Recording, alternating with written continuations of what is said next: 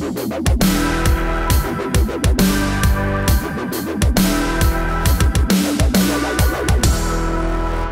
battle over Roy Moore's past and future raises some disturbing questions, both for the Republican Party and for voters in general. Hi, I'm Scott Ott with Bill Whittle and Stephen Green, and this episode of Right Angle is brought to you by the members at BillWhittle.com through their membership dollars.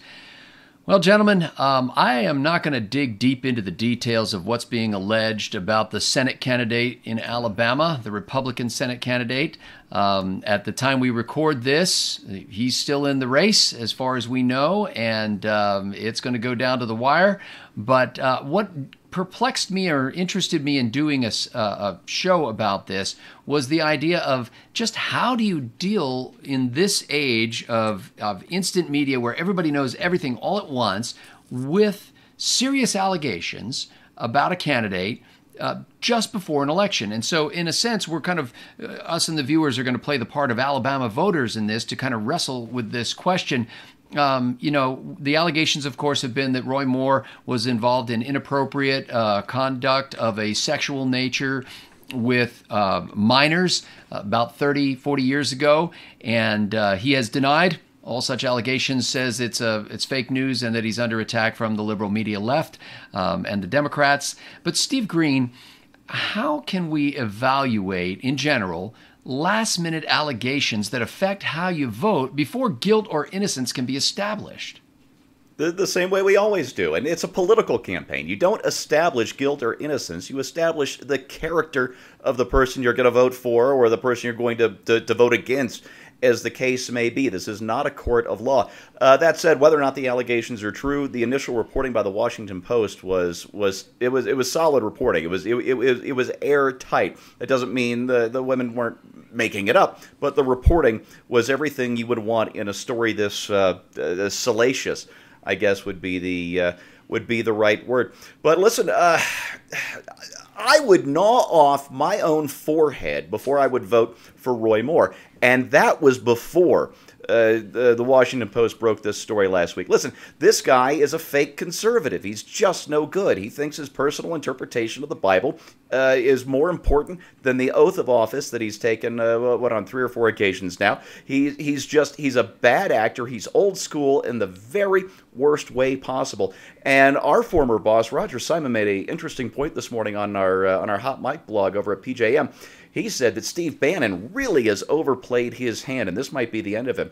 In fact, at least as a power player in Washington, Sheldon Adelson, the casino magnate, has cut all ties with Bannon. By ties, I mean money. The two of them had worked pretty closely together. Sheldon Adelson put forth a lot of money. That is gone. His candidate in Alabama, even if he squeaks by in an election, may not be welcome to sit in the Senate because the Senate can determine its own membership. This is a hot mess. A year ago we were looking at the election map and thinking, wow, there's an outside but very real chance that in 2018, with all these vulnerable Democrats in red states, that we could get a 60-seat supermajority in the U.S. Senate. How long has it been since anybody's talked about that in a serious way? Well, in fairness to the Republican Party, my understanding is that that Judge Moore was actually a Democrat back in the 1970s. But let's be that as it may. Steve, I'd like to drill down a little bit. What do you mean by the Washington Post story was airtight? What are you saying there? What I mean is the reporting was as solid as you can get. They dotted their I's, they crossed their T's. If you haven't read the original report, put on your reporter hat and read the story like an old school editor would, and I think you'll see what I mean.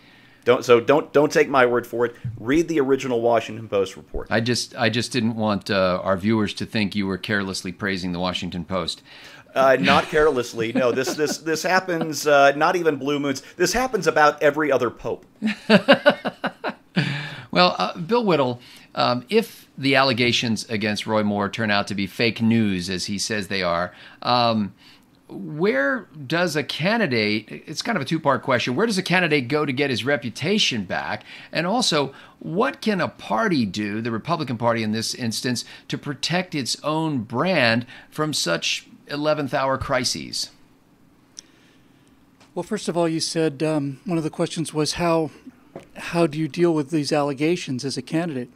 And my immediate thought was, it depends on whether you did it or not, right? Yeah, yeah. I mean, if you didn't do it, then I think the only effective response, if you didn't do it, is to express the kind of outrage publicly and continuously that innocent people feel when they're wrongly accused of false charges. I would just never let it go. I would simply, it didn't happen. They won't be able to prove it because it didn't happen. So that's what I would do if I was innocent. But that doesn't seem to be the case here. I don't know much about the details of this case, to be honest with you, in terms of how airtight but it's Steve's point about the reporting being solid sounds pretty good to me. So if it turns out you did do it, you really have a choice, although I don't think he's got a choice. We've been seeing so many of these sexual allegations scandals, and so far the only one that I've seen handled as well as these things can be handled was the one by Louis C.K., who was accused of all kinds of horrific kind of sexual, escapades. He wrote I don't know if it was a tweet or an article or whatever. He says, I've been accused of gross sexual violations by a woman named Beth, Sandy, Mary, and Sabrina, and one more who couldn't be named, period. These allegations are true, period. That's the first thing out of the gate. That's, if not an apology, but I mean, he's done. His movies are over. But because of the nature of that apology, I suspect he will eventually be allowed to return to society because he owned up to it. If he did it, Scotty, he can't own up to this. Obviously, it's the end of given the character that he's running on, it's pretty much over. So, if I did it, see, here's the thing about guys like Judge Moore. He's not aware of the fact that the internet means that nothing ever can be buried again, ever. Yeah. It just can't. I think he's old school in that regard. You could make the case, well, what he was doing wasn't considered too awful back in the 70s, but you ask the young ladies how they felt about it in the 70s, they would tell you it feels pretty awful. So I don't buy that excuse either. As far as the Republican Party is concerned, if it were me, I would have a very close look at the story. I would confront Judge Moore privately with the allegations, with the specific details of the Washington Post story, and I would want to hear an extraordinarily detailed definition of why that wasn't true, which I don't think he can provide, frankly. If it turns out he couldn't provide it, then I'd say you're out. I'd just cut my losses and lose the seat, right? Because this is something we're accused of all the time.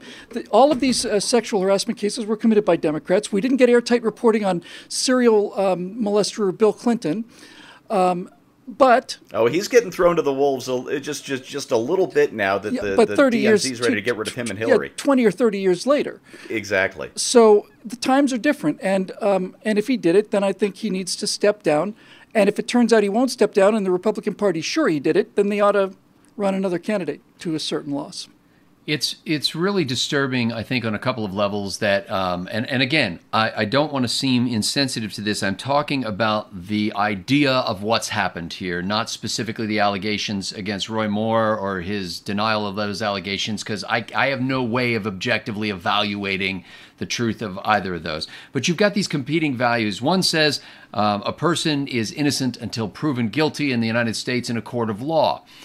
The other says that a woman who makes allegations of sexual assault is telling the truth. I mean, it's very rare that a woman wants to expose herself to public opprobrium like this and to be shamed publicly when she's not telling the truth. Now, that's not to say there haven't been violations of both of those things, but in general, those two values are clashing with each other. Then you've got the time element, and in every movie that you see that's a thriller or an adventure movie, there's always the clock is the enemy, and the clock is the enemy here as it ticks down to this election, where people are forced to make a decision with inadequate facts in a timely manner. And think about this, though.